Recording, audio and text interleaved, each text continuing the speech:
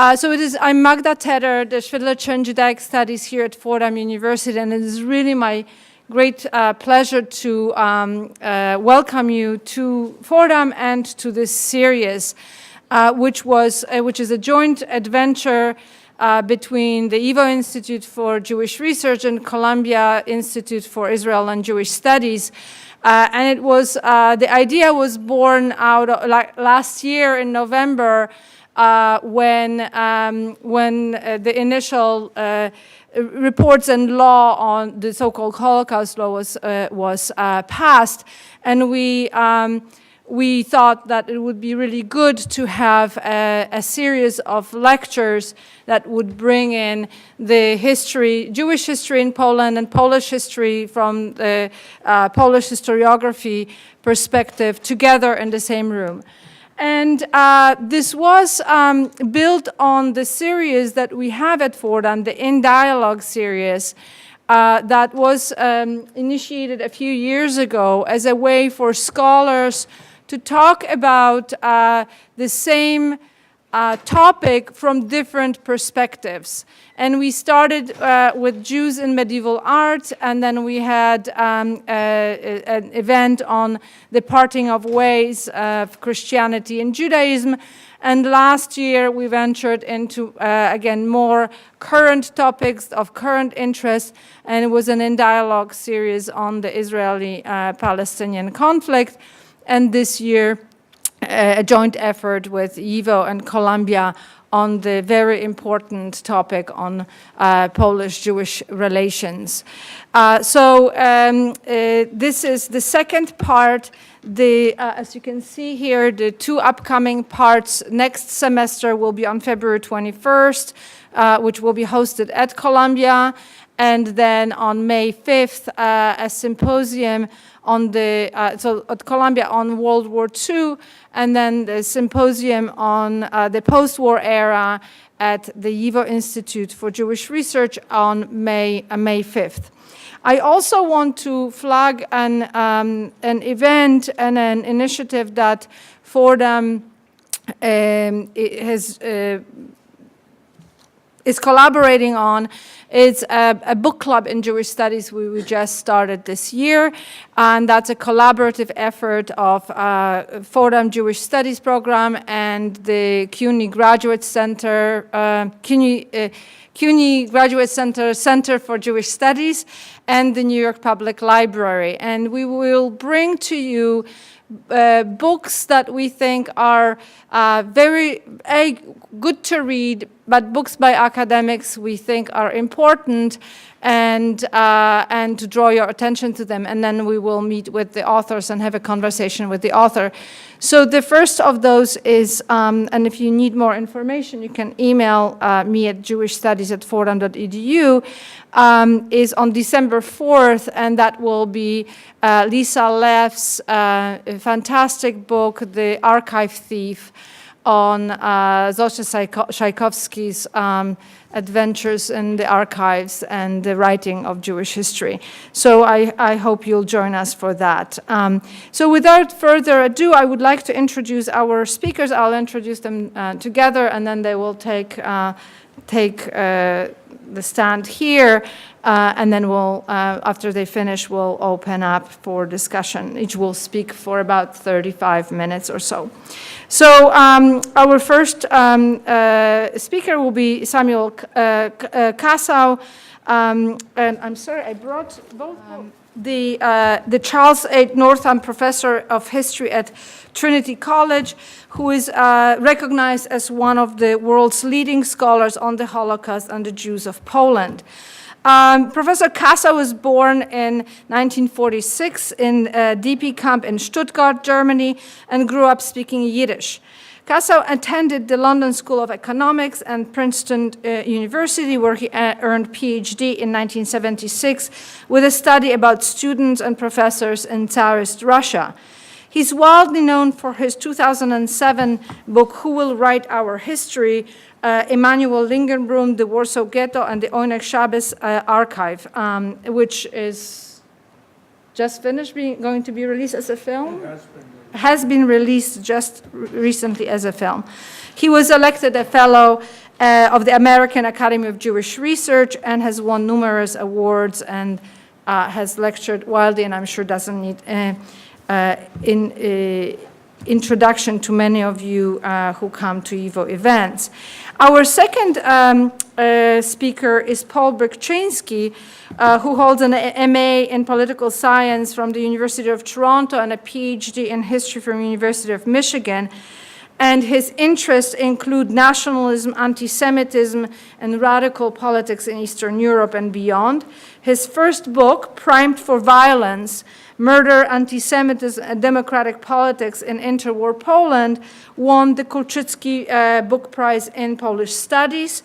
The Polish translation of the book was recently awarded the prestigious Polityka Prize for the best first book on modern Polish history.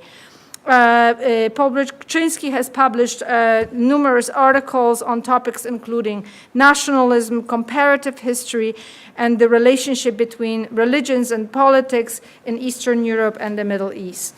So I hope you will join us in welcoming the speakers and enjoy the evening. Thank you.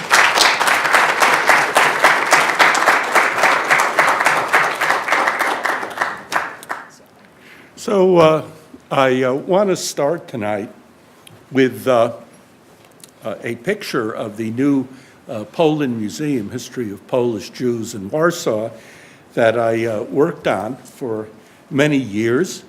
And one reason I want to start out with that is because it really brought home to me as I was working on that museum the difference between the kind of history that we historians do.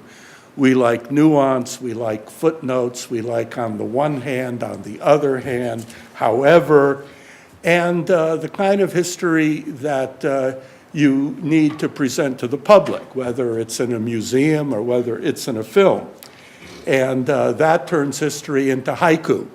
You really have to eliminate 99% of what you know. It's very difficult to present nuance. You have to make it short, sweet, and easily understood. When you're talking about complex issues, perhaps the mother of complex issues in modern historiography is the question from hell, the question that keeps on giving, which is the whole issue of Polish-Jewish relations, where you have two people, each of whom has greatly suffered, each of whom sees itself in one way or another, I'm generalizing now, but I'm presenting to the public, each of whom sees itself as a chosen people, perhaps. And Poland isn't so big that there's room for two chosen peoples. Now, this complexity can be explained, can be exemplified with many concrete incidents. I'll just give you one. The woman who founded Żegota, a body formed in late 1942 to help Polish Jews, Sofia Sztucka-Kosak, she basically said, the Jews that we save, and I hope that we save many Jews, but since they're enemies of Poland, and since they hate us, I hope that if they remain alive after this war, that they'll get out of here. So with friends like that, but no, I mean, but she did a wonderful thing. But what motivated her was the fact that as a Catholic, as a sincere believing Catholic, she believed that from a religious point of view, you can't sit by and watch mass murder happen in front of your eyes. But the fact that even the founder of Żegota saw Jews as a problem, saw Jews as an alien element in Poland. And recent scholarship, of course, building on the book by Jan Gross about Jedwabne, recent scholarship by Jan Grabowski, Basia Engelking, and others, are now reinforcing the massive involvement of many Poles in the death of Jews who tried to hide, who tried to escape, but who did not survive to the end of the war. And the problematic state of Polish-Jewish relations, to put it mildly, during the Holocaust can be explained to some extent by the deterioration of Polish-Jewish relations in the interwar period, which in turn followed the deterioration of Polish-Jewish relations in the period before World War I. Are you all able to hear me? Yeah.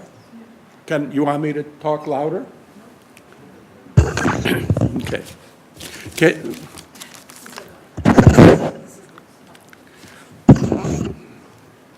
Okay, can you hear me now? Okay, I'm going to have to bend down.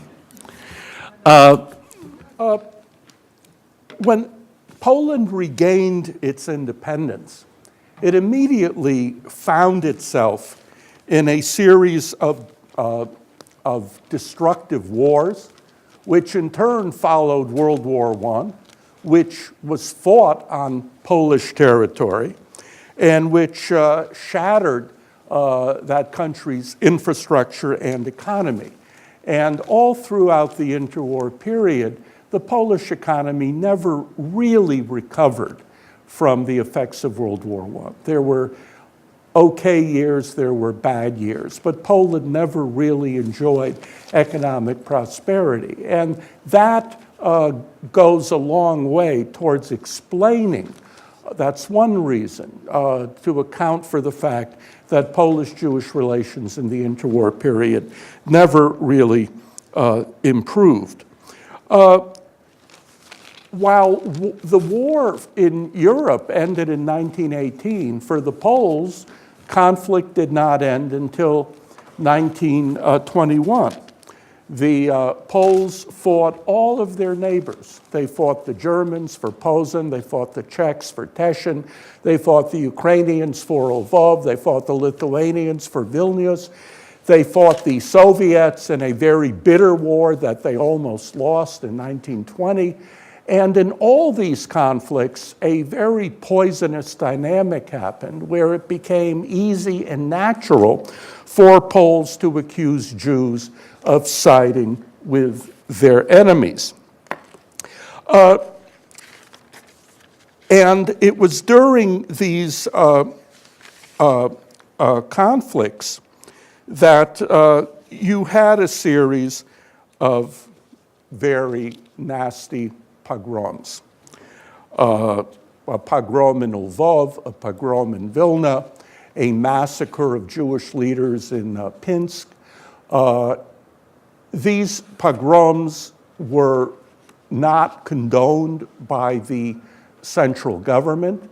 Many were carried out by lower-ranking officers, lower-ranking soldiers. But nevertheless, they shocked the Jewish community in this reborn Polish state, and they impelled Jewish leaders to go to the Allies who were meeting at Versailles and to demand protection from outside powers, to protect Jews in this new country who felt exceptionally vulnerable. So at Versailles, the Allies forced Poland to sign the Minorities Treaty, which supposedly would protect Jews, Germans, Ukrainians, other minorities, who together formed 40% of the population of the new state. So right off the bat, there was a deep conflict between Poland's own self-identity as a nation state of Poles and the reality that only 60% of the citizens of this new country were actually Polish. 40% were minorities.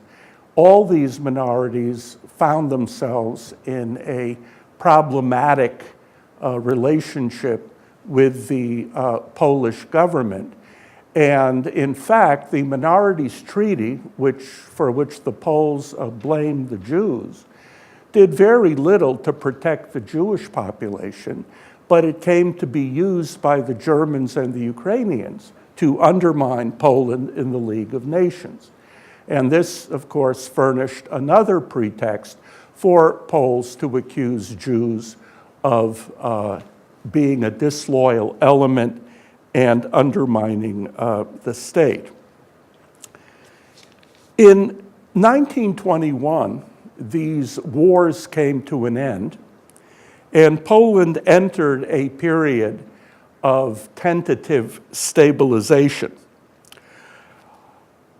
There was a constitution, there were elections. Poland, on the surface, was a parliamentary democracy. Jews, along with other members of minorities, were given civil rights. They could vote. They enjoyed freedom of the press, freedom of speech. But in fact, the Jews really believed that not only were they second-class citizens, but that they were being targeted by a rabidly anti-Semitic government that enjoyed the support of key parliamentary parties, like the National Democrats, the Christian Democrats, and the Peasant Party. Key branches of the economy were taken over by the Polish state, and all Jews were fired. Jewish municipal employees, who'd been especially numerous in Galicia, which had been Habsburg before World War I. Jewish municipal employees were fired. The tax policy of the new Polish state hit merchants and urban strata especially hard, and Jews believed that this was deliberately intended to ruin them. The government passed a Sunday rest law, which forced Jews who observed the Sabbath to suffer real economic consequences. As we'll hear in the next talk, in 1922, when a president was elected in Poland with the support of the minorities, he was promptly assassinated by a nationalist, a fanatic. And he reflected the belief of many Poles that the only people who should have a say in running Poland are Poles. And any government, any president, any authority that depends on the support of minorities is illegitimate. So you have a natural tension between the idea of a democratic state, which Poland professed to be, and the idea of Poland as a nation state for Poles. And this is a tension which is not limited only to Poland, and which often exists in our own day. In 1926, Yusuf Pisky, one of the heroes of Poland's struggle for independence, lost patience with the infighting in Warsaw, and he got on his white horse. I don't know if that was literal, but he engineered a coup d'etat, and he expelled the parliamentary government and became the new authoritarian strongman of Poland. Polish Jews, for the most part, welcomed Pilsudski's coup d'etat. They believed, and they were right, that they were better off under an authoritarian semi-dictator than they were under a democratic government. Pilsudski did not love Jews, and he didn't talk a lot about Jews. And Pilsudski did not go out of his way to help Jews. He did not get Jews jobs in the civil service. He did not end the de facto discrimination that dogged Polish Jews. But nevertheless, Jews supported Pilsudski and greatly respected him because Pilsudski was what one would call an anti-Semite. That is, Pilsudski really had contempt for those who define themselves by anti-Semitism. And even more importantly, Pilsudski did not see Jews as aliens. He did not see Jews as outsiders, as foreigners. He naturally believed that whatever their faults, and he ascribed faults to them, that they belonged in Poland and they had a right to be there. And so when Pilsudski died in 1935, Polish Jews rightly mourned his passing, even though he was not mourned by the Bund, and he was not mourned by many Jewish political leaders who resented his high-handedness and his imprisonment of opposition figures. But your average Jew genuinely mourned Pilsudski and believed that his death will lead to worse times for Jews. And they were right, because no sooner had Pilsudski died than his successors began to implement a clearer policy of, you could call it anti-Semitism, you could call it measures that were aimed at various aspects of Jewish economic well-being. I'll call it anti-Semitism. I'm not sure that Pilsudski's successors were in and of themselves anti-Semitic. Many had good Jewish friends. Many had actually made pro-Jewish statements when Pilsudski was alive, but they were afraid. They were afraid of being outflanked by the National Democrats, who themselves were becoming more and more nationalistic and more anti-Semitic, especially as a result of Hitler's accession to power. Hitler comes to power in Germany in 1933, and he knows how to deal with the Jews. He makes life so miserable for German Jews that they rush to consulates and embassies to get visas. And more Poles say, well, if Hitler can do this, and if he's rewarded for doing this, and if diplomats and heads of state line up to pay him honor, why are we Poles being such suckers? So within the National Democratic Party, you see a process of radicalization, and much of this process is generational. Students in the universities tend to, many of these students tend to admire Nazi tactics against Jews. You have fascist student organizations that begin to attack Jews in the universities.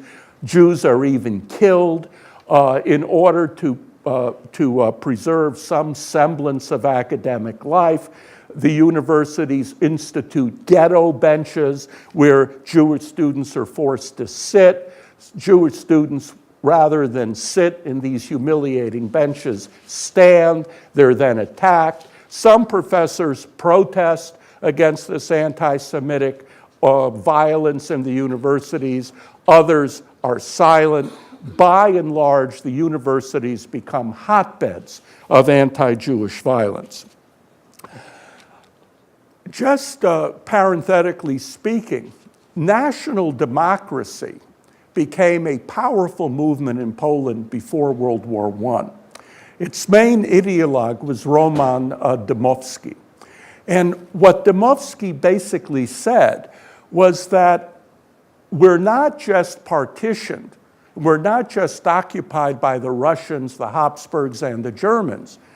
Our most dangerous occupier is what he called the fourth partition, the Jews.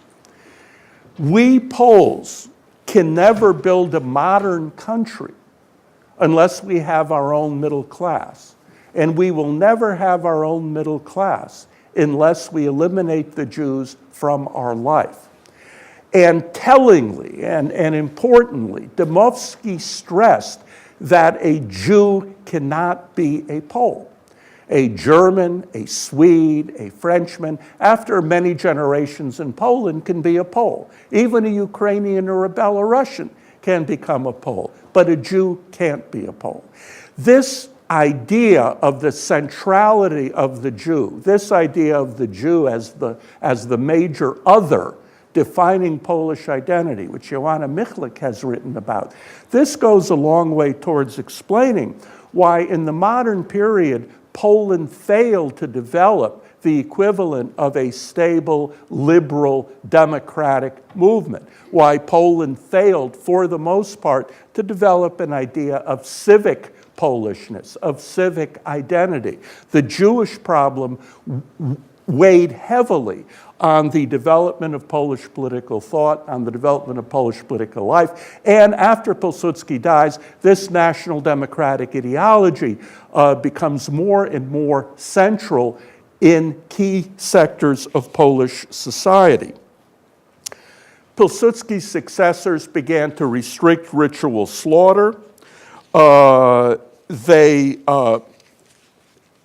began to speak openly of the Jews being a foreign element, of having to leave Poland.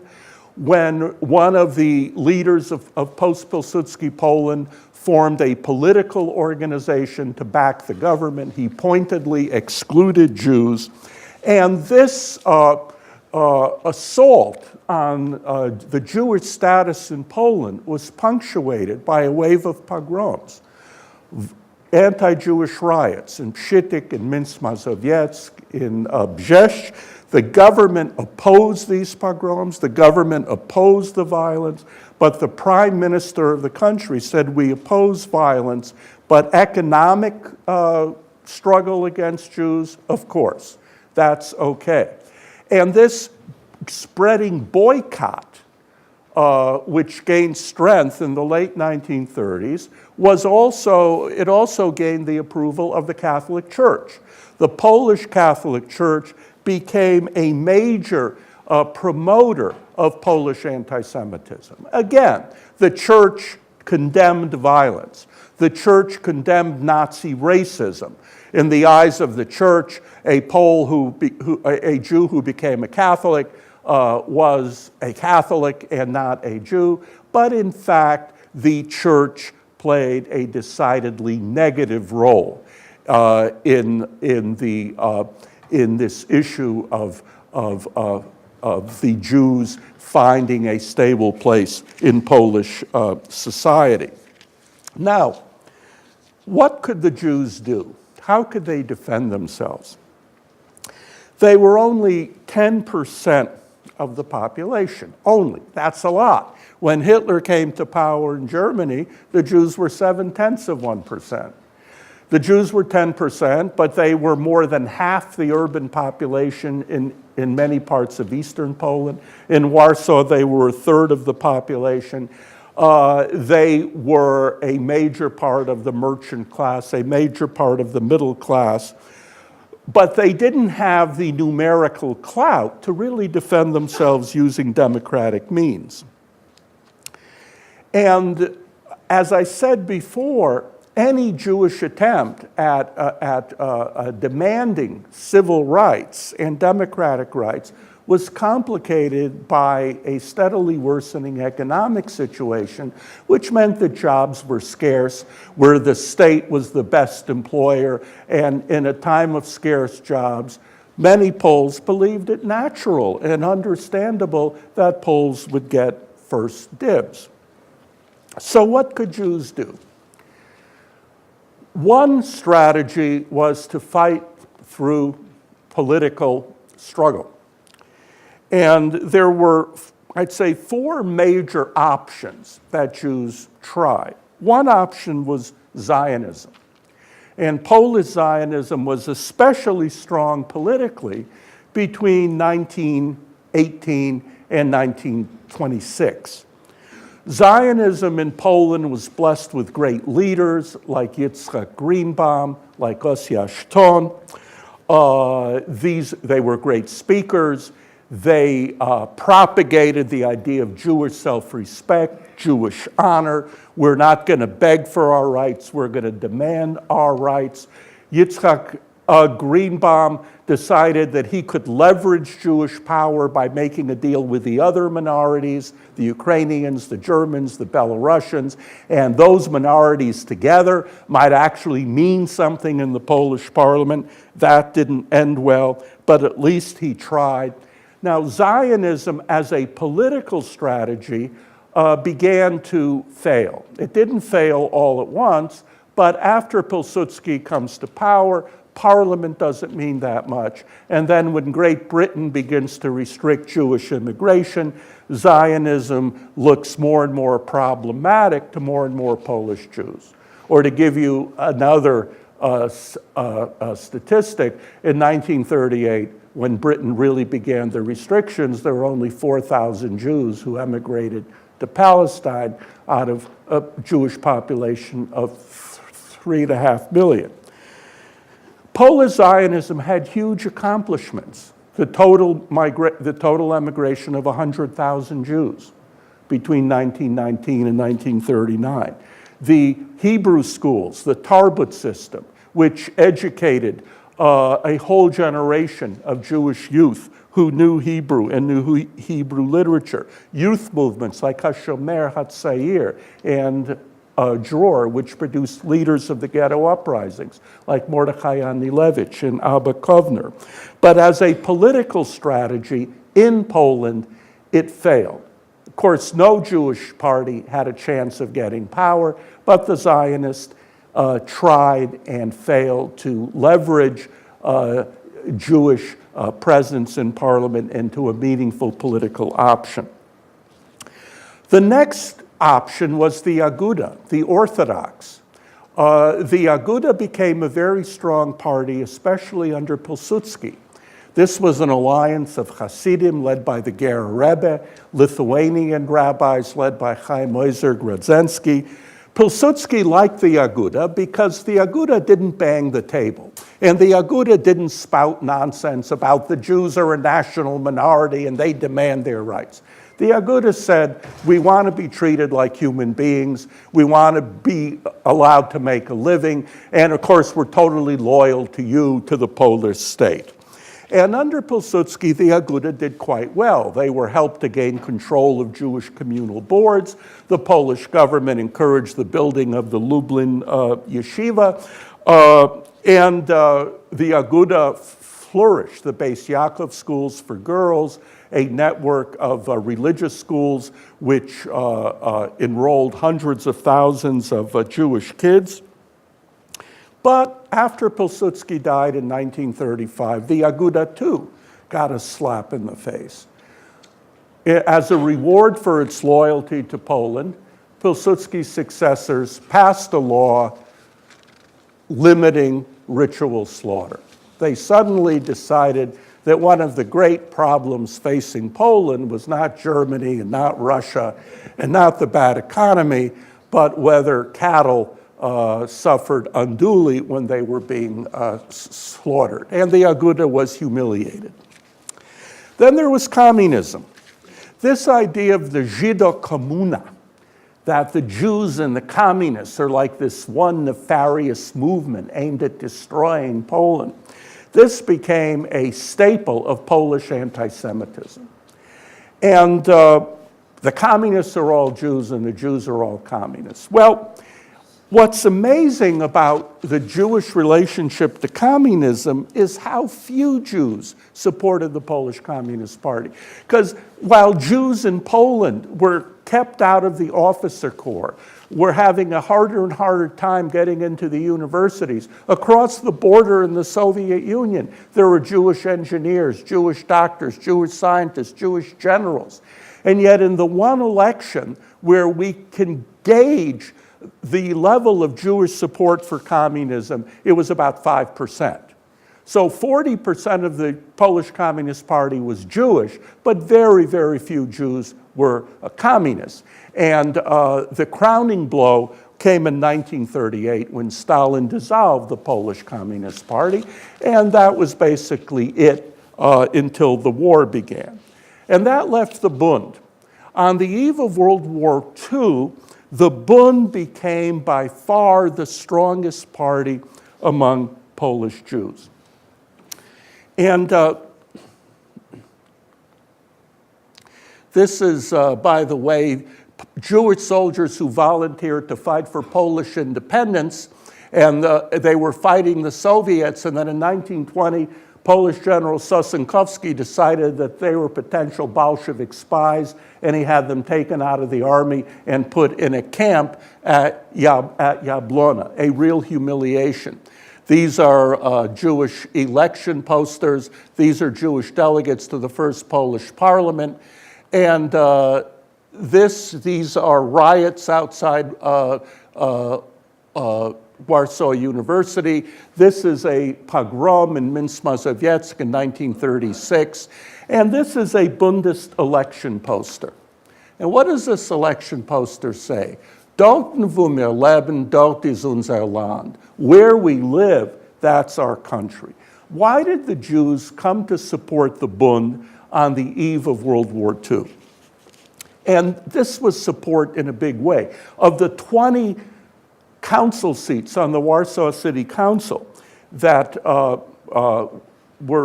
belonged to Jews or that Jews filled, 18 were won by the Bund. Now, how do you explain this? Same happened in Łódź, in Vilna, in Białystok. It's not that Jews suddenly became Marxists. One paper said, Die Jiden haben gestimmt waren Bund, eilendig sich zu München. The Jews voted for the Bund, rushing to pray their afternoon prayers.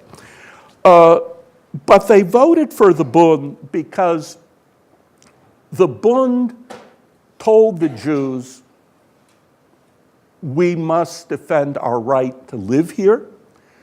The Poles want to see us leave. Just to spite them, we're going to tell them that we're going to stay. Our home is here, and we have as much right to that home as they do. The Bund organized fighting squads to protect Hasidim, to protect students against anti-Semitic attacks. The Bund was the only Jewish party with a political ally on the Polish side. No other Jewish party had a Polish party that it could see as an ally, but the Bund did. This was the Polish Socialist Party, the PPS. And so as the Jews felt more and more isolated and more alone, it was natural that they would throw their support to the Bund. And the Bund also developed an analysis of the Jewish situation in Poland on the eve of the war, which was not brimming with optimism, but which was less pessimistic than that of the other parties. Here's what the Bund said. Listen, little by little, the Polish people are going to realize that anti-Semitism is not how they're going to solve the country's problems. The economy, land reform, the misery of the peasantry, they're not going to remain stupid forever. They're going to wake up and sober up and understand that their problems have nothing to do with the Jews. And there are already signs, the Bund said, that that's happening. The Peasant Party, the SL, which had included anti-Semitic slogans in many of its congresses, in 1937 pointedly refused to include an anti-Semitic plank. And one of its leaders actually said, we're sick and tired of the government diverting our attention with anti-Semitism. The Polish Socialist Party, whose relations with the Bund were up and down, became a real ally in the fight against anti-Semitism after 1936. In the municipal elections in 1938, there was a shift towards the left. The Bund also said that economically speaking, we Jews are successfully defending ourselves. We're moving into the cities. We're moving into industrial enterprises. We're less dependent on commerce and on trade. We're hunkering down. And in the long run, we will wait this out. The war began in September 1939, so there's simply no way of knowing how these things would have turned out. Everything was ended very quickly, but we could only see that on the eve of the war, Polish Jewry was making strenuous efforts at defending itself, at fighting back against its enemies, and at demonstrating a degree of national solidarity, which up to that point had eluded it. How much more time do I have? Oh, okay. In the time I have left, there are just a few points that I want to make. I'd like to speak much longer about it, but I won't. Culturally speaking, one of the most significant developments in interwar Polish Jewry is a fact, a paradox. The paradox is that, especially in the 1930s, more and more Polish Jews began to speak Polish as their first language. More and more Polish Jews read Jewish newspapers in the Polish language. The younger generation especially, the first generation of Jews to go to Polish schools, and state education was mandatory until 14 or 13. This was a generation that would have become a very important, unique Jewish community had the war not ended the Jewish cultural development in the 20s and in the 30s. A major Jewish community speaking Polish, affected by Polish values, but increasingly alienated from the Poles as a people.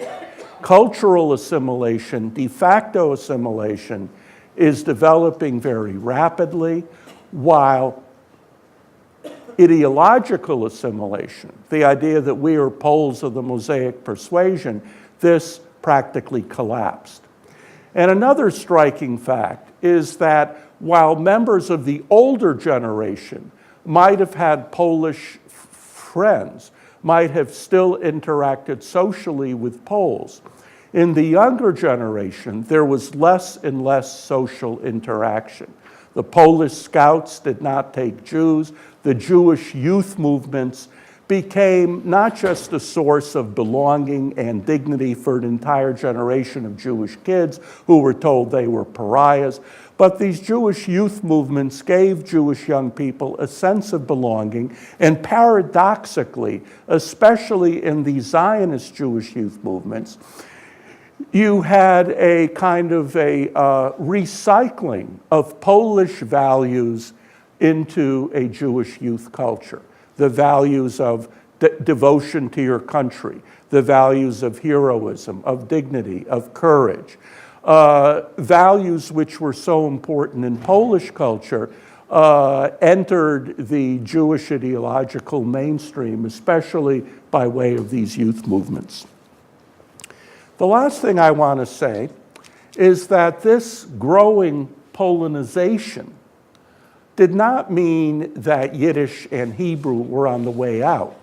It meant, as Chona Szmeruk said in an article that some of you may have read, that Polish Jewish culture on the eve of the war was becoming a polylingual culture, where Jews who spoke Polish nevertheless went to Yiddish theater, where they studied Hebrew, and as I said, a unique Jewish culture, sui generis, was developing, and that development was cut short by the war. Just before the war began, Jigan and Schumacher who were Jewish comedians who survived and went to Israel after World War II, had a skit in a cabaret. And this skit was called The Last Jew in Poland. And it didn't last very long. The Polish police shut it down very quickly. But Jigan describes it in his memoirs. It turns out that the dream of the Polish anti-Semites has been realized. All the Jews have left Poland. Poland is free of Jews. And all of a sudden, the Polish nationalists get depressed. Things are boring. There's nobody to beat up. There are no nightclubs to go to where you can see a good comedian. All the jazz musicians are gone. Everybody looks the same on the street. And maybe we made a mistake in getting rid of the Jews. But then it turned out that one Jew was still around. He didn't get the message, but he too was packing his bags. And so they launched a full-court press to persuade Moshe to stay in Poland. And Moshe says, well, how am I going to get Rogalech? And the Polish radio broadcasts an appeal for people who could bake Rogalech to satisfy Moshe's needs. And a chorus of nationalist students serenades Moshe with Yiddish folk songs. And then the Polish government gives Moshe 2 high civilian decorations.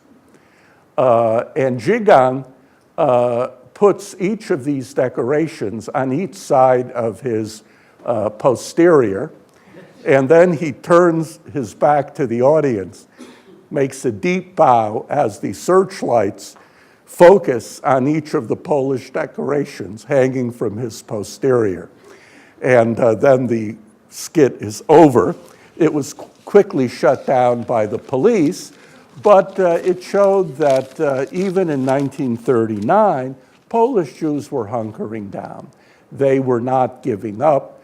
They were defending themselves. Maybe had emigration been easier, many more would have left, I'm sure of it. But since it wasn't, they were fighting a dogged battle to keep on living, to raise their children, and to retain their human dignity. Thank you.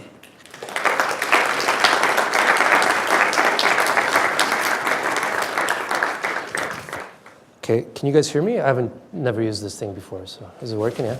Okay. Just wanted to, first of all, thank you, Magda, for inviting me. Thank you all for coming on this wonderful evening. I actually flew from Canada today, where it hasn't snowed yet, so. In terms of where I'm coming from, I'll just give you a quick kind of overview. My talk will be presented, so to speak, from the Polish side. And that's not just my own particular background, but what it means is that I'm a Polish historian. I'm a historian of Polish nationalism, and not so much of the Jews. And more specifically, what I'll try to do is I'll try to give you an understanding of how politics within non-Jewish Polish society structured the relationship between Poles and Jews. Now, Polish-Jewish relations in interwar Poland are a huge and complex topic. And rather than providing a general overview, which Sam wonderfully did, what I'll try to do is I'll try to tell you a story, which is what historians do best in some ways. So this story will be about the first parliamentary and presidential elections in interwar Poland, which took place in 1922.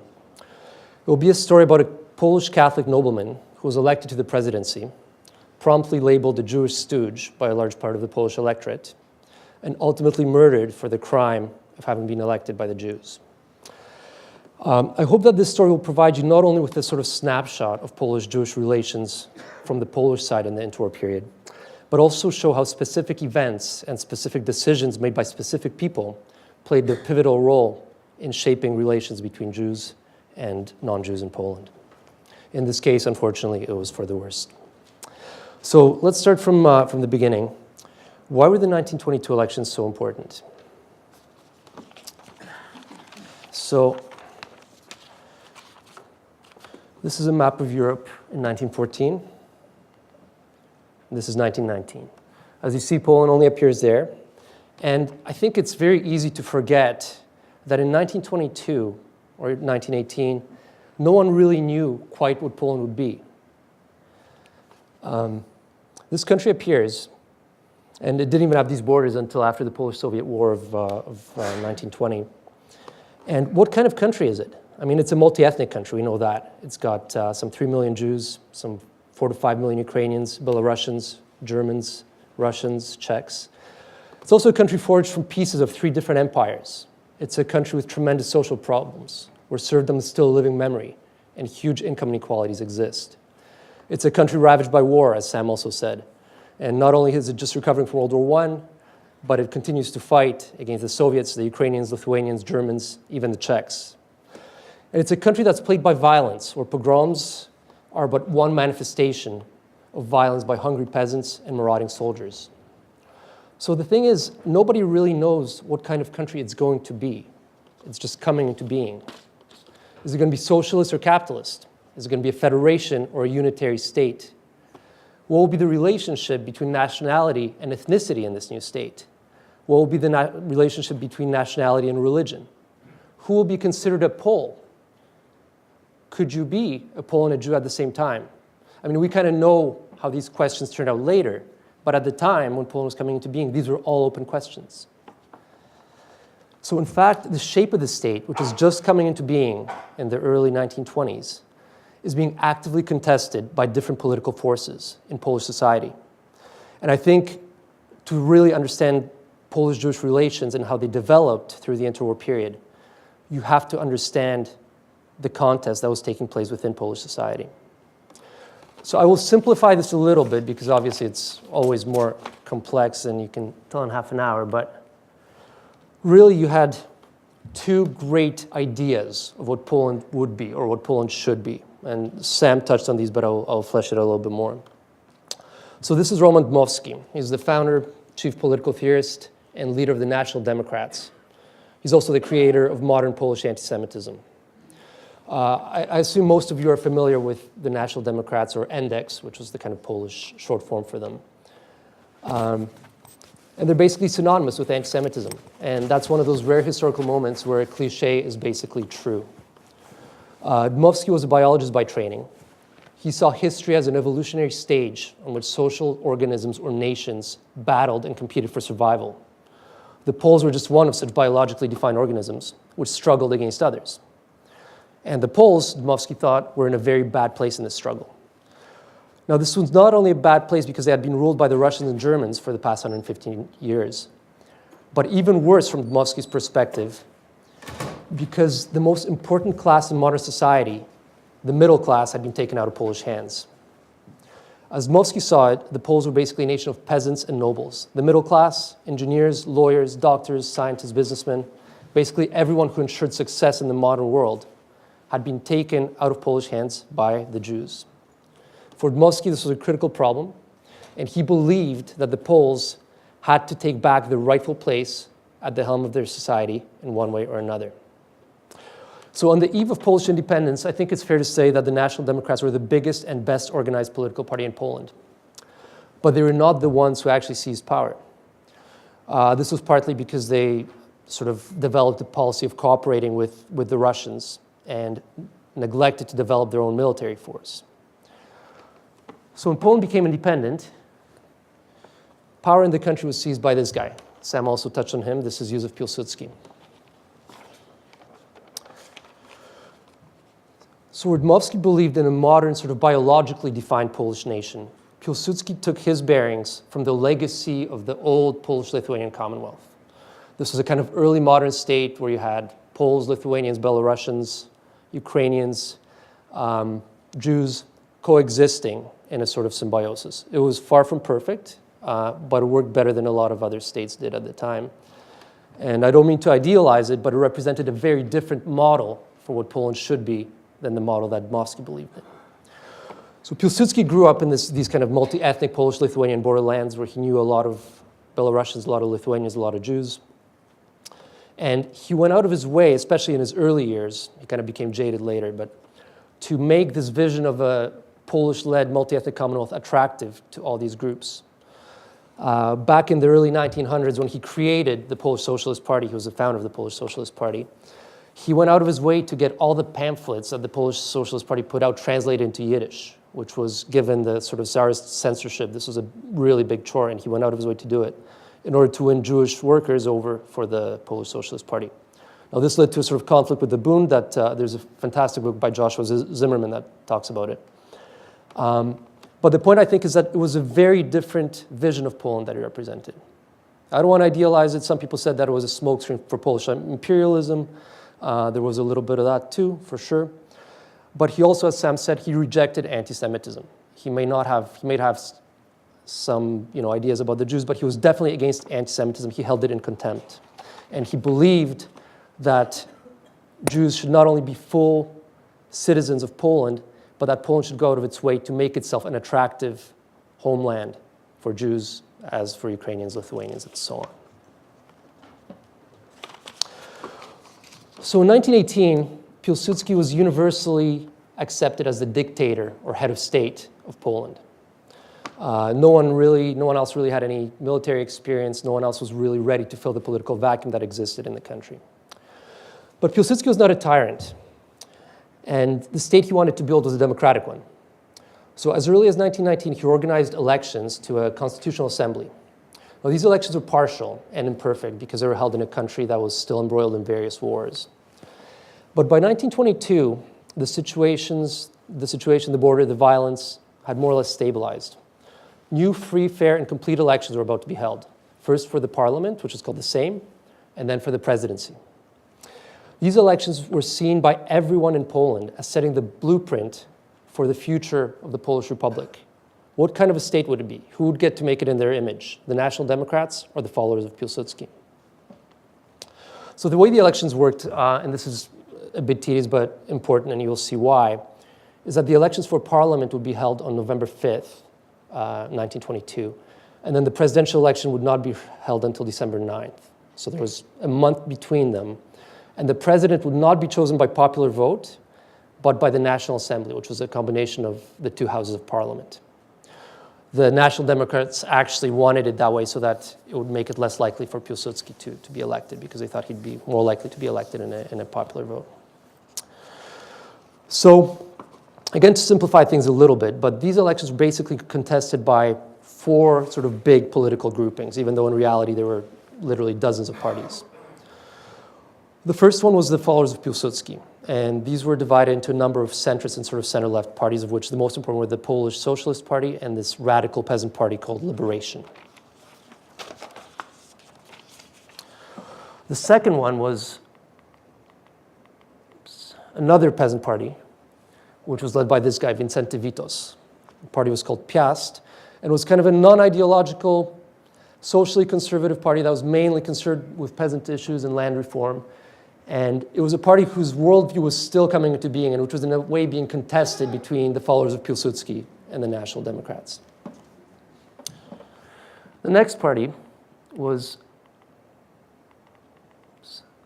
the National Minorities Bloc, which Sam talked about. This is the National Democratic view of the National Minorities Bloc. Basically, it was a coalition of Ukrainian, Belarusian, German, and Jewish parties, which ironically enough had really been created by the National Democrats themselves, because by bearing down so much pressure on the national minorities, they forced them to come together into a single electoral bloc to protect their rights. This is one of the examples of the flyers for the minorities bloc. Obviously, there were different ones in the Ukrainian-speaking parts, Belarusian-speaking parts, and so on. And then, of course, you had the National Democrats, who are, again, the best organized party. I want to take a little bit of time just to explain how they approached this election, because, again, I think it framed sort of Polish-Jewish relations for a very long time, and poisoned Polish-Jewish relations for a long time after the election itself. So the main trope that the National Democrats deployed in these elections was called national unity. And basically what they said is that any vote that's not cast for them, the National Democrats, was a vote that would somehow strengthen the Jews. And the Jews were to blame for absolutely everything that was going wrong in Poland. And in fact, the National Democrats did not really have any other message than this for their voters. So it's a well-known fact that National Democratic nationalism was virulently anti-Semitic in the 1930s. But many historians, especially in Poland, they kind of say that, oh, in the 1920s it wasn't so bad, it was milder or more moderate. That's not true. Like, it's simply not true. If you look at this flyer, for example, this is addressed to the Polish workers. And what it says is, the Polish Socialist Party presented you with a candidate named Felix, the Jew Felix Perl. Polish workers, are you not ashamed that your representative for the city of Warsaw, the capital of Poland, would be a Jew? You can see this is proof who the socialists want you to be led by. There are hundreds of these flyers, literally, really no other message. And Felix Perl actually was a very close friend of Yusuf Pisky. When Piłsudski went on this daring raid where he robbed the Russian train to finance his revolutionary activities, he wrote a sort of testament, if you should die, and that testament was addressed to Felix Perl. So. Here's another one. This one's very interesting, a little bit more complicated, and you have to jump through some logical hoops to understand it. But what it's basically saying is that the Polish Socialist Party wanted to bring in rent controls in the city of Warsaw. The National Democrats didn't. This explains why. What they're saying is, if the socialists win and they bring in rent controls, what's going to happen? The value of the housing stock will drop. And what's going to happen then? The Jews will buy it up. And what's going to happen then? The socialists will again free rent controls, and the Jews are going to make piles of money from you. So this was pretty much all that they had to offer to their electorate. How did the elections turn out? This is kind of a complicated slide. Unfortunately, I forgot to change the names for the polls. The purple here, you see, is the National Democrats. The green is the Piazz, the Peasant Party. The red is the left, which is the followers of Piłsudski. And then the brighter purple at the end is the bloc of national minorities. This was an absolutely unworkable system.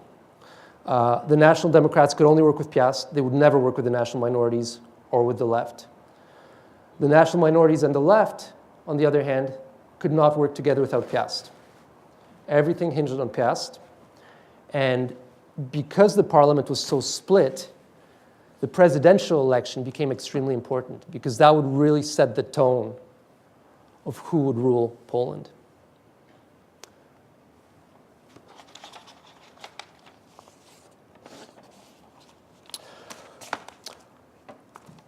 So in this new situation, where basically the keys to power were with that peasant party Piazz that had a very kind of loosely developed ideology,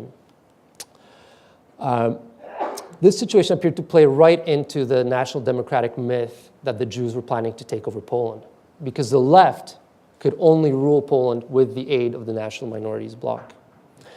And in this situation, the National Democrats developed something that became known as the doctrine of the Polish majority, which would become critically important in understanding Polish-Jewish relations for the rest of the interwar period.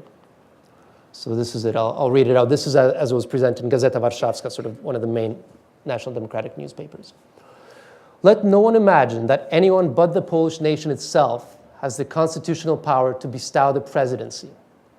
No artificial majority created against the Polish majority with the aid of the enemies of the nation, that's the Jews, shall wield power in the state. Reality, based on the wishes of the nation, would quickly smash to bits such dangerous delusions.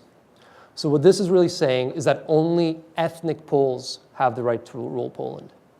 Even though Jews are citizens of Poland, they have no moral right to rule the nation at all.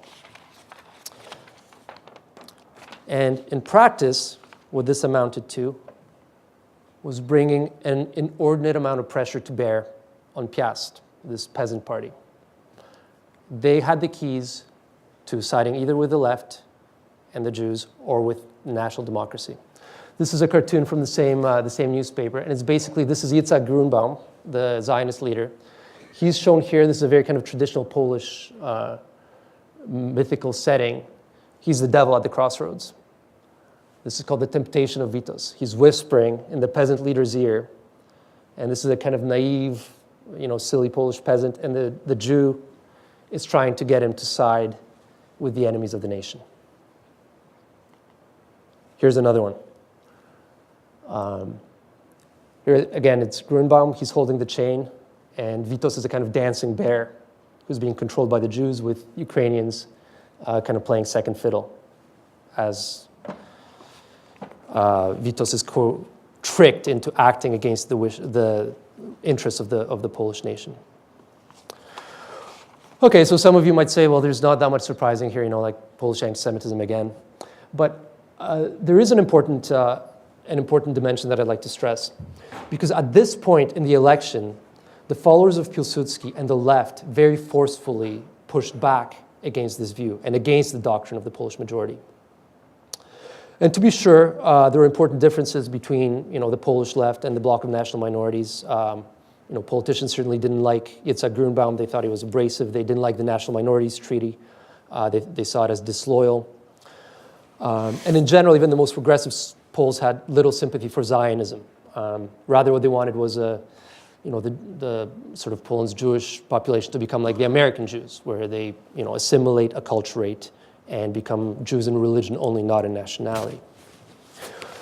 Nevertheless, in the interlude between the parliamentary and the presidential elections, the left consistently upheld the right of Jews and other minorities to participate as fully fledged partners in the democratic process. So, for example, the pro-Piłsudski newspaper Kurier Polski provided the following image of the Polish nation. Every individual must be led to that great camp whose slogan is the strength and good of the state, without regard for difference of language, where all can find protection under the buckler of that state within their boundaries specified by law. Or the socialist newspaper, Robotnik, the worker, pointed out the absurdity of the national democratic position. Statistics tell us that almost 1/3 of the people of Poland are not Polish. Therefore, it is a fact that the Polish Republic is not a state of only one nation. The National Democrats proclaim, national minorities do exist. They have 88 deputies in the Sejm, but we should act as if neither the minorities nor their deputies existed. Do not acknowledge them, or rather acknowledge them, but only so as to engage them in a constant battle. The voice of the minorities must not count, neither in the choice of the President of the Republic, nor of the government. So there was this real debate between a civic and a kind of ethnic, anti-Semitic vision of the Polish nation that went up all the way until the presidential elections. Now, the presidential elections were really a key moment in this, and that would show which vision of Poland would triumph. They're also a very complicated affair. Piłsudski, for reasons of his own that I can't get into here due to lack of time, but he refused to run. And this meant that sort of pro-Piłsudski parties put forth 4 separate candidates. I'm not going to get into all the details of this and all the sort of backroom deal-making and breaking. But in the end, the choice came down to the National Democratic candidate and the pro-Piłsudski candidate, Gabriel Narutowicz. Now, the Index might have been able to win the presidency, but they made a mistake. They chose as their candidate the Count Maurycy Zamoyski, who was the biggest single landowner in Poland. Now, the party Piazz was a peasant party who wanted land reform, biggest single landowner, basically couldn't vote up for him. They went with the left and the national minorities bloc. This is on the right here is Gabriel Narutowicz, as you see. He was a friend of Piłsudski, also came from this kind of multi-ethnic borderland, also had a very kind of civic conception of what the Polish nation was or of what it should be. Mm-hmm. I'm sorry to interrupt, but can you use the mic, especially when you turn to look at the slide? Can't hear it. Oh, sorry. This one, let me see. How's that? Much better. Sorry about that.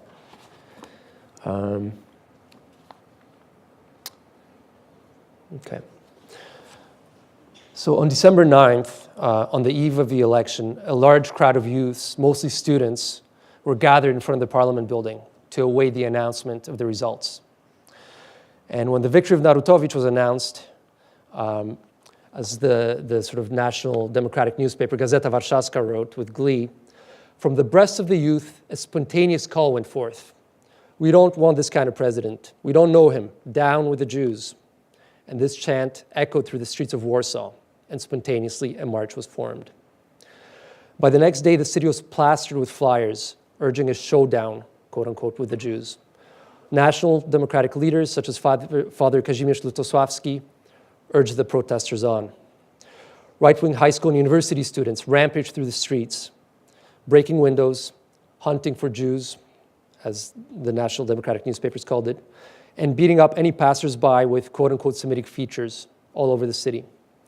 Even a priest wearing a big fur coat was taken for a Jew and mistakenly beaten up before he could prove his identity. Down with the Jews became the most popular slogan of the rioters, noted Gazeta Warszawska. Socialist and Jewish parliamentary deputies, including Bolesław Limanowski, who was a 90-year-old veteran of various Polish independence and insurrectionary struggles, were detained and beaten up. The index simply refused to recognize the legitimacy of the Jewish president, and were doing everything to force him to resign.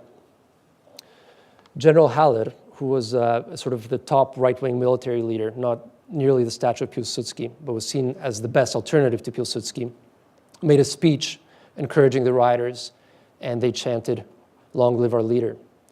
And crowds marched in front of the Italian embassy and chanted praise for Mussolini and his fascist regime. On the way to the parliament to be sworn in, the president's carriage was accosted by rioters who threw snow, rocks, and mud at him.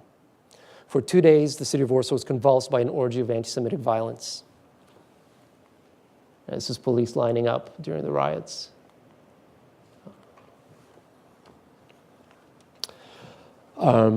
But it is also noteworthy that the Polish Socialist Party offered physical resistance to the rioters.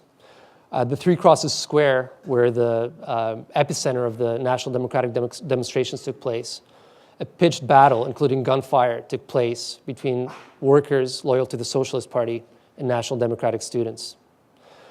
By the end of the riots, 2 people were dead. Neither one of them were Jewish. One was a socialist worker who was shot, and one was a National Democratic sympathizer who was hit with a rock, most likely. But hundreds were injured. Now, for reasons which I can't get into here, but which have mostly to do with the index failure of nerve, the National Democrats were unable to turn the election of Narutowicz into a springboard for a fascist-style coup, even though some of them clearly wanted to do that. By December 12th, the army and the police were able to restore order, but the situation remained tense. On December 16th, the president participated in the annual opening of the Zachęta art exhibition.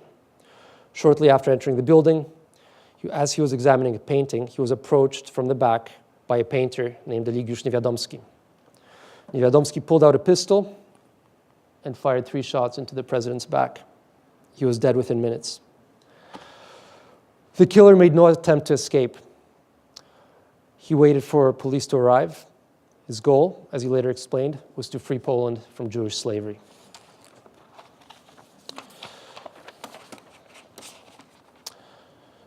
So what happened next? Superficially, nothing happened. Niewiadomski was taken into custody. He was tried and executed by firing squad. A new president named Stanisław Wojciechowski was elected with the exact same votes as Narutowicz. No further riots took place. The National Democrats appeared to be in a momentary state of shock, afraid of the violence that they had unleashed.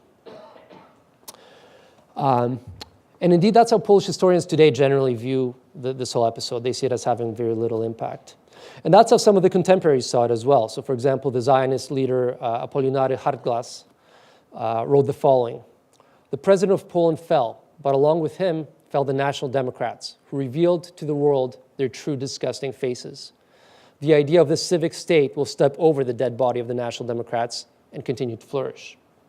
Similarly, the socialist leader Daszyński believed that the National Democrats had committed political suicide.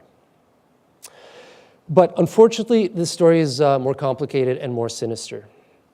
And indeed, I think the saddest aspect of the whole thing is that the murder of Narutowicz was actually a long-term victory for the proponents of anti-Semitism.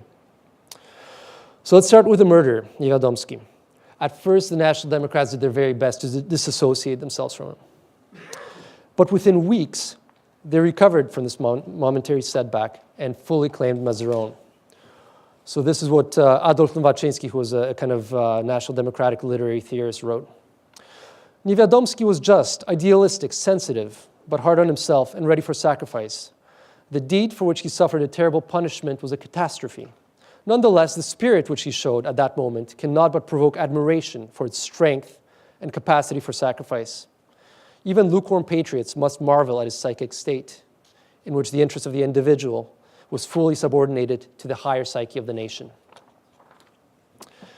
The right-wing newspapers' coverage of the trial of Niewiadomski effectively provided him with a soapbox for airing his anti-Semitic conspiracy theories.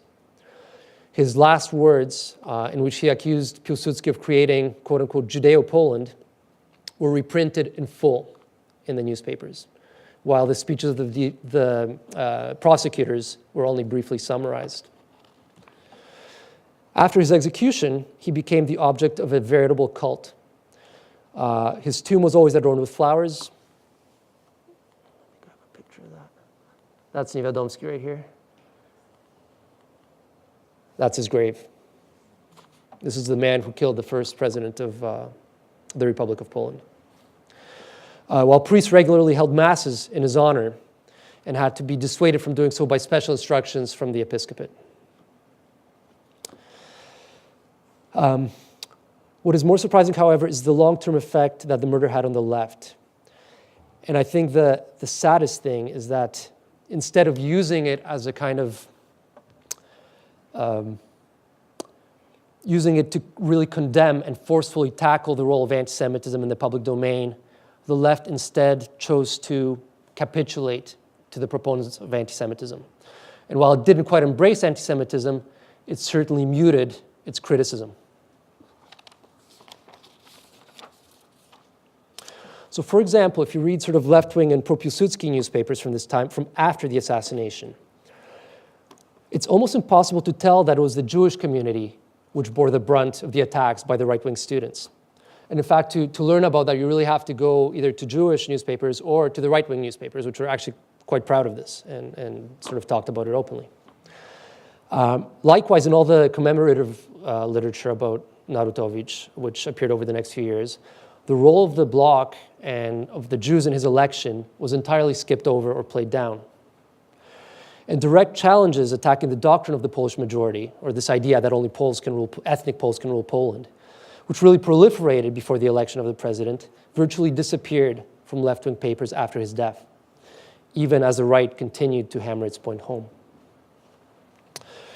In the words of one of the deputies of the National Minorities Bloc, Ignaz Schipper, I believe, Gabriel Narutowicz was murdered as a Jewish president. That's how his murderers saw his murder. But the Polish left never, ever publicly stated this fact and did everything possible to forget that Narutowicz was elected with Jewish votes. The words anti-Semitism were never once spoken in the parliamentary debate about the president's murder and the riots. And they were never mentioned in the homily delivered at Narutowicz's funeral. So I want to be clear that this doesn't mean that the left embraced anti-Semitism. It certainly did not, but it just became silent on the subject. Now Piazz, this peasant party, which you'll recall, was kind of on the fence at the beginning of 1922, was really terrified in subordination to the National Democrats. And this phobia bordered on the absurd.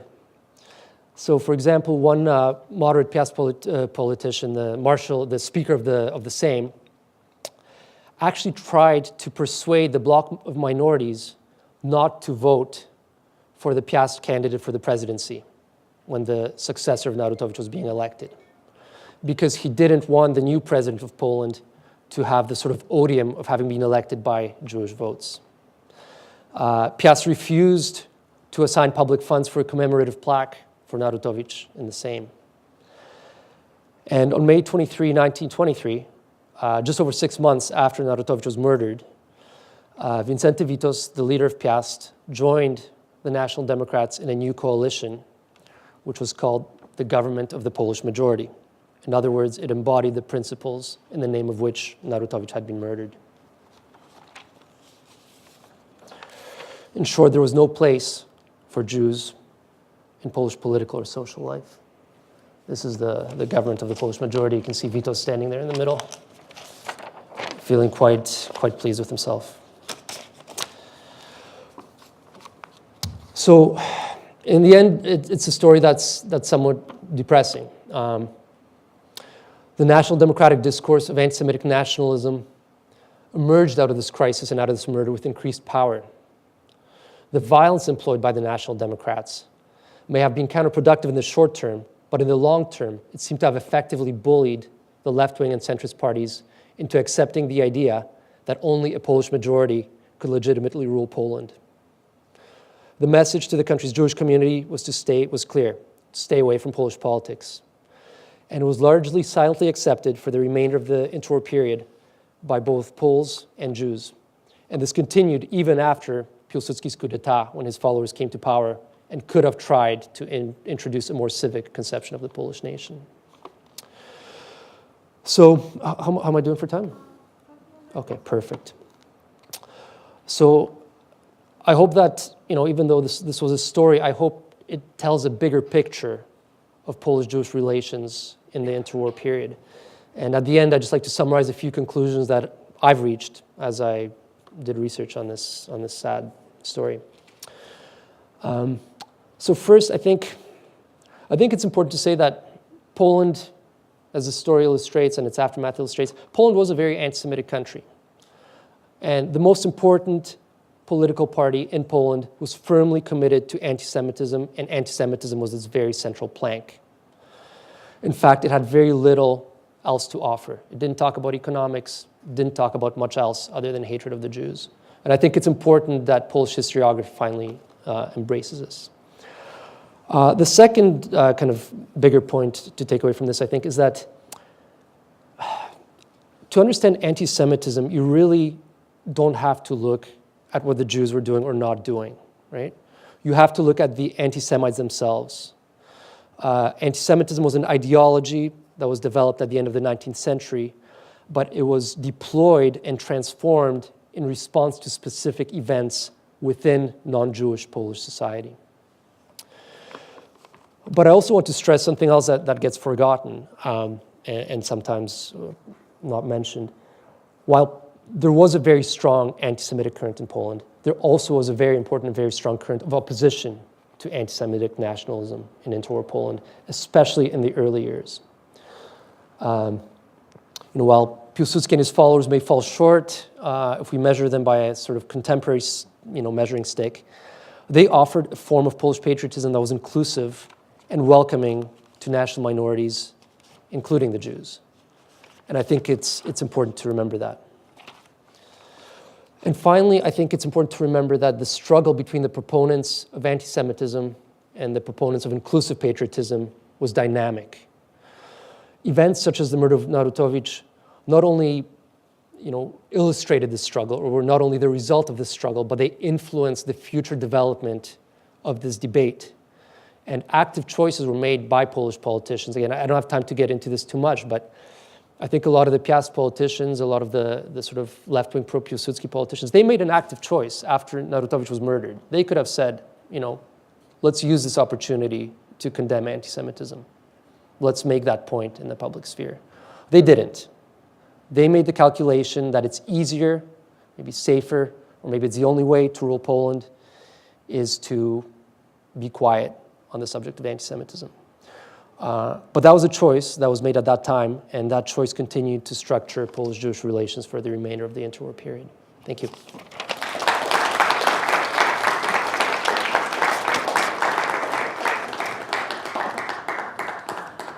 Oh, sorry, just one more thing. That's Niewiadomski from a poster by the National Radical blog. This was 2 years ago, so he's still around.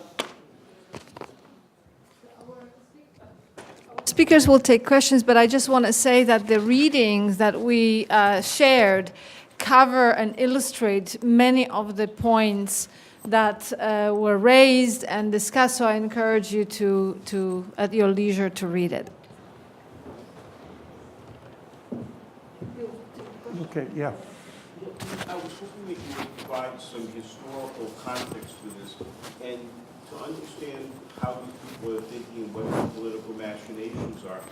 What was the reason in 1918 to reformulate the state that had disappeared for 115 years, and how had it come to be disappeared, and yet the language persists for this 115-year period, despite it being occupied by 3 other empires with different languages? I mean, you're asking me to describe Polish history for 150 years. I mean, first of all, the Polish, when Poland was partitioned in the 18th century, Poland may have disappeared, but the Polish nobility especially still had the memory of Poland as a powerful state. And one of the big stories of the 19th century is the Polish determination not to disappear, the fight for independence, and then the reconfiguration of the Polish nation. The Polish nation had been basically a nation of the nobility, with Jews as the middle class, and then mainly serfs and some city dwellers. But the Polish nation was reconfigured to include peasants, to include workers. And the big issue in modern Polish nationalism was, would it be a civic nationalism or would it be an ethnic nationalism? There was a window in the 1860s and 1870s where Polish nationalism really could have taken a civic turn. There was the insurrection of 1863, the welcoming of Jews in the insurrection, the so-called zbratanie, or the coming together, and then Polish positivism, which basically said that anybody who works for Poland in education, in science, in economics, anybody who works to build the country from the ground up is a true Pole. And this was a welcoming embrace for Jews to be Poles and to build Poland. And the symbol of the Jewish response was the Tłomacki Synagogue in Warsaw, where Polish was the language of the sermon, where Rabbi Isaac Silkov said, "I'm a Pole of the Mosaic persuasion." And it looked as if civic nationalism would become a model where Jews would find their place in Poland. But unfortunately, it was unworkable. And beginning in the 1880s, positivism began to collapse for many reasons. It was seen as overly materialistic. It was seen as too boring. It was seen as not as Polish as the tradition of insurrection, but also, and most importantly, it was seen as giving a license for the Jews to continue to run the country.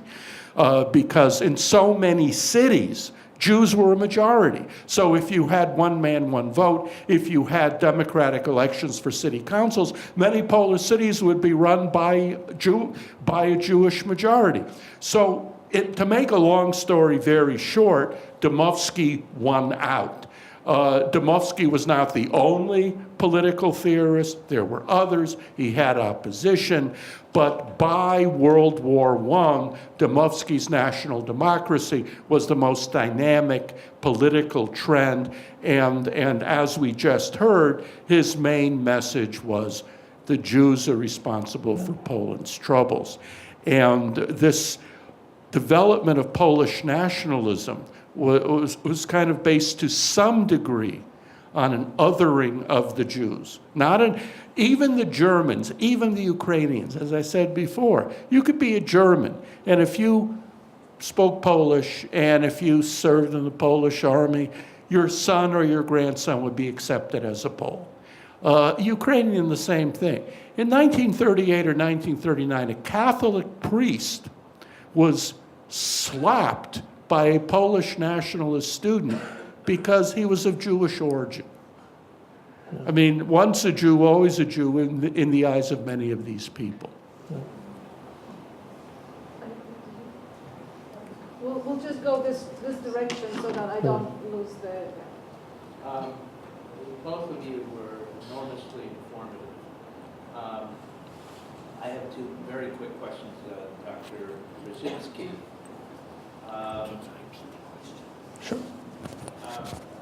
Did I hear you right that Pilsudski started out, before the Republic, and actually maybe during the early part as a person basically of the left? Okay, That was a surprise. Are you going to, or have you had trouble with going back to Poland nowadays, considering what you've written?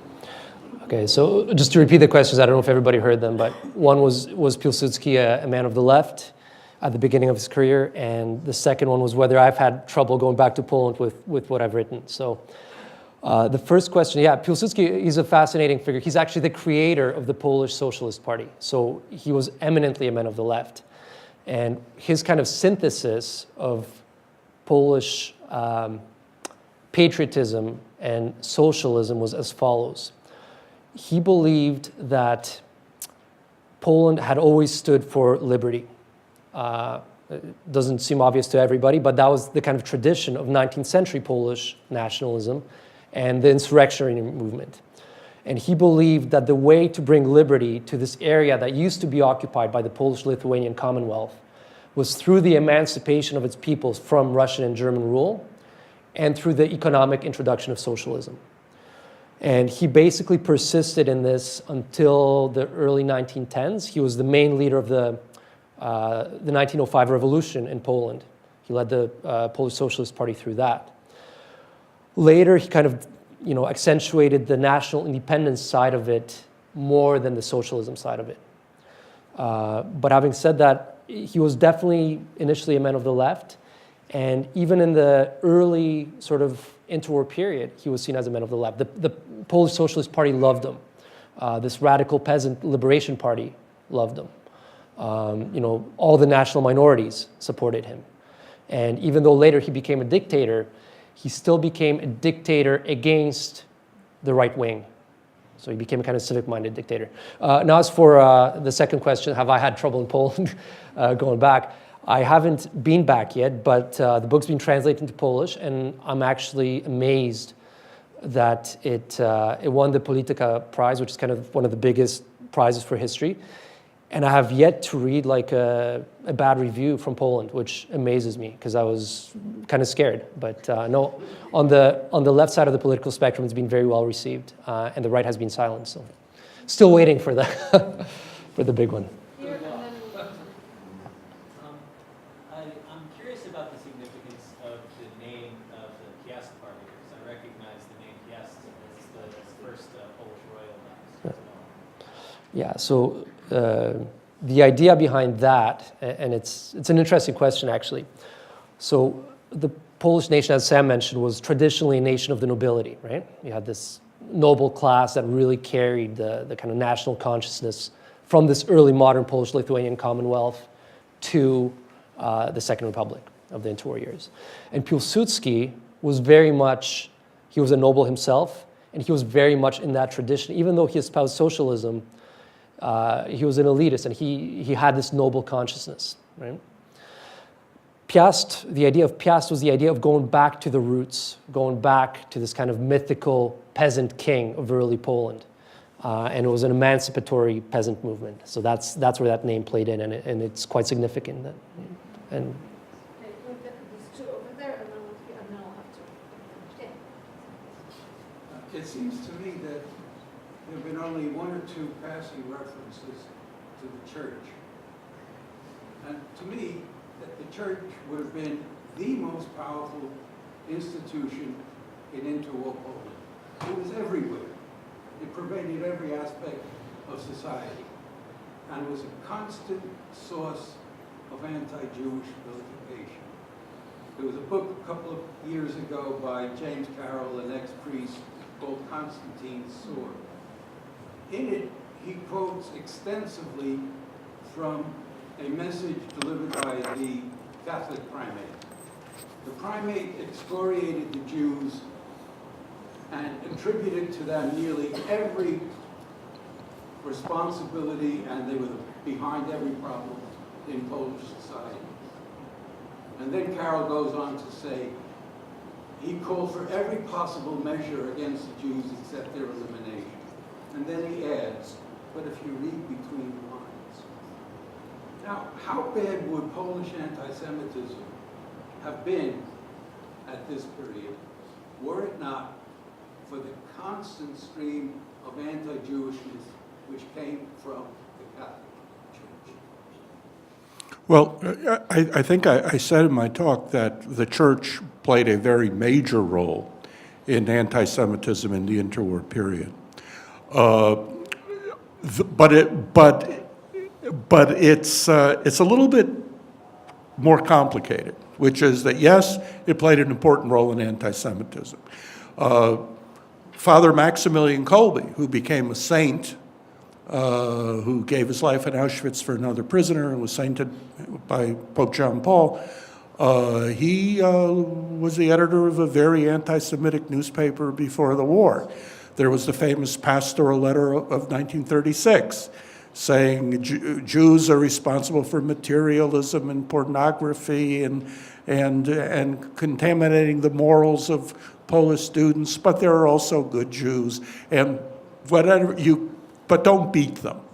But now the other side of the coin, and I'm not in any way defending the Polish Catholic Church, don't get me wrong, but the Polish Catholic Church was another obstacle when some Polish figures in the 1930s, in the late 1930s, after Pilsudski died, there was talk about following the Nazis into the Nuremberg laws, disenfranchising the Jews, depriving them of their citizenship, making them a legally outcast sector of Polish society.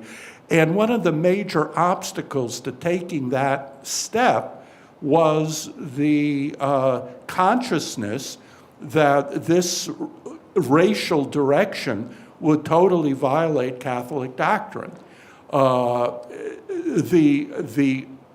church on the local level, rural priests may have been dyed-in-the-wool anti-Semites, but the ideology of the Polish Catholic Church, while it fanned anti-Semitism, was also kind of an obstacle towards Poland really following in the Nazis' footsteps. Mm-hmm. And this was never really resolved when the war broke out in 1939.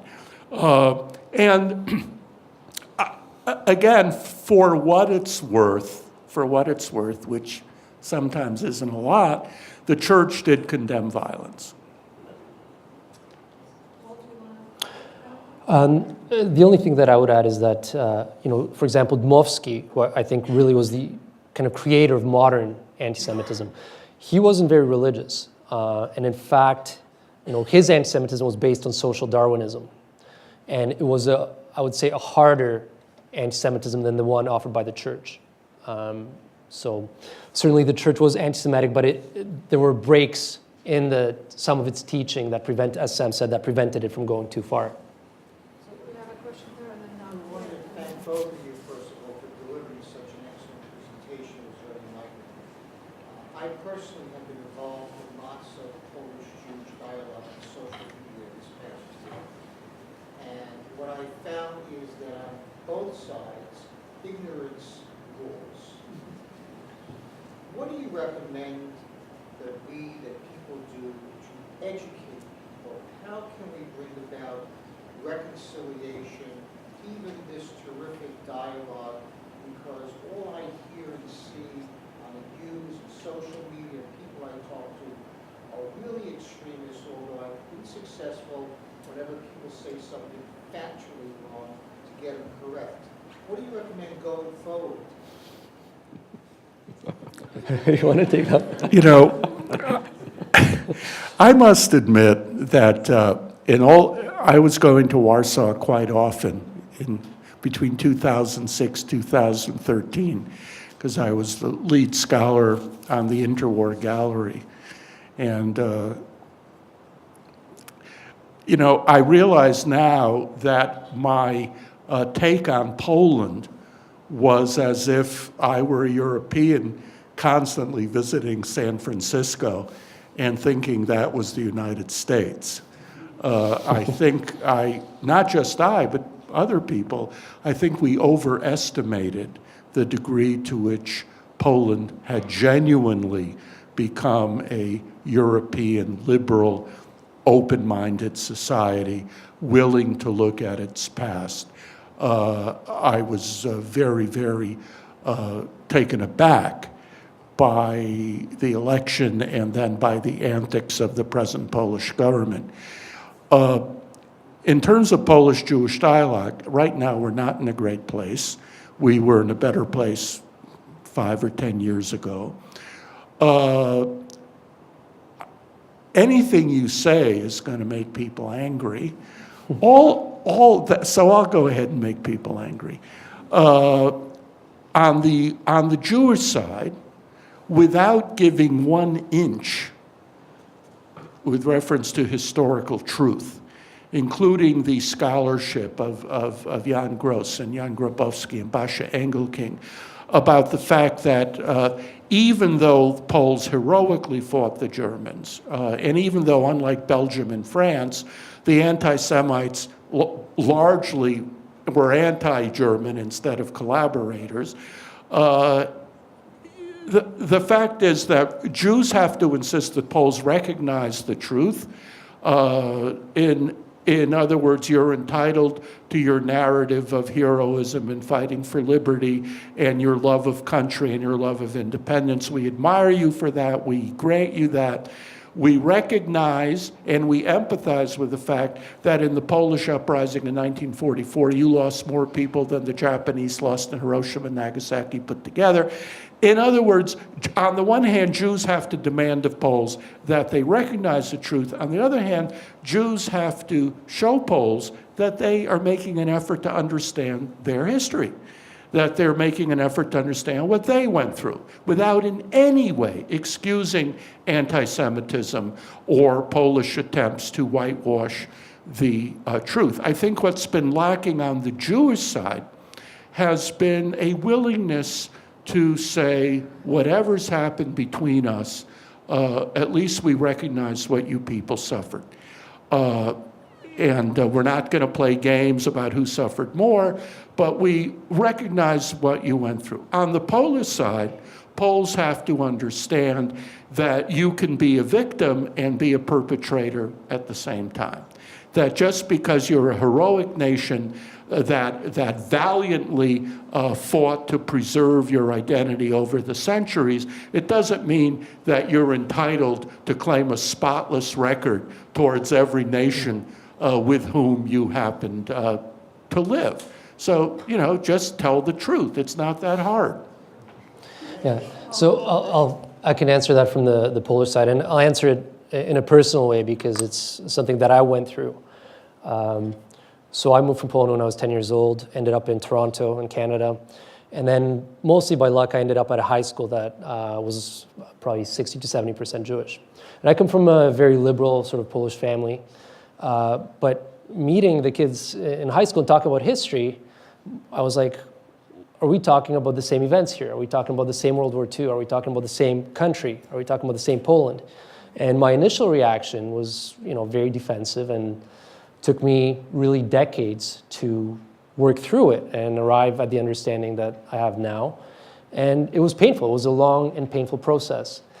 So I think the one side of it, you have to be willing to face the truth, even when it's not pleasant and even when it hurts. And I think if you don't have that, you're never going to get anywhere.